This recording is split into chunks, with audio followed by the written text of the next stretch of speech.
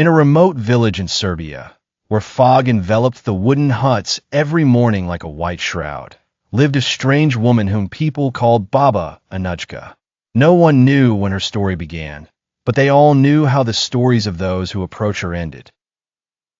A woman in her 90s, her body as thin as a dry log. She walked with a cane, but made no sound, as if she were walking on the edge of obscurity. Anna Draken was born in 1838 to a respectable family. Her father was a cultured, strict man who believed that a woman's mind should be nourished by science. As a child, she read books on medicine, herbs, and chemistry, and wrote imaginary prescriptions on leaves. But childhood did not last. Love came early and disappeared like a wind from which she could not tell.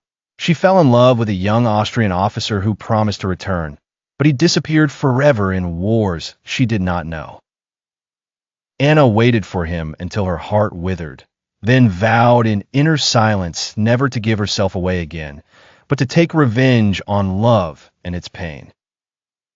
Years passed, and the educated girl became the wise old woman of the village.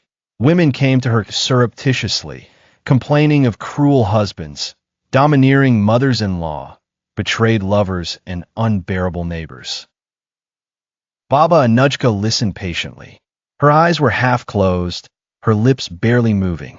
She offered no comfort, no advice, but took a small, pale green glass bottle from her cupboard and whispered, "A few drops with your tea, only in the evening, and everything will be fine."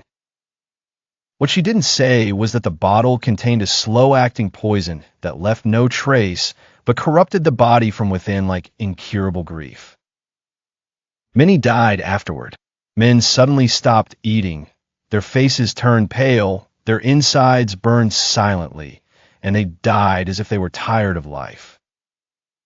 But in her bedroom, Anujka kept a small leather notebook in which she recorded everything. The names of clients, the names of victims, the number of drops, the time it took to die, a rose, or a personal comment next to each name. Once, a young woman came to her crying, saying that her husband beat her, deprived her of food, and took pleasure in humiliating her. Baba Anujka gave her the bottle and whispered the same phrase. A week later, her husband was dead, but this woman couldn't sleep at night.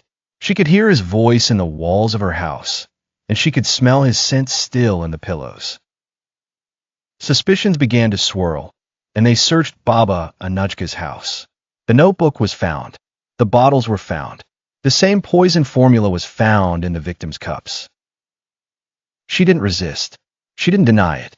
She just smiled and said calmly, "I didn't kill anyone.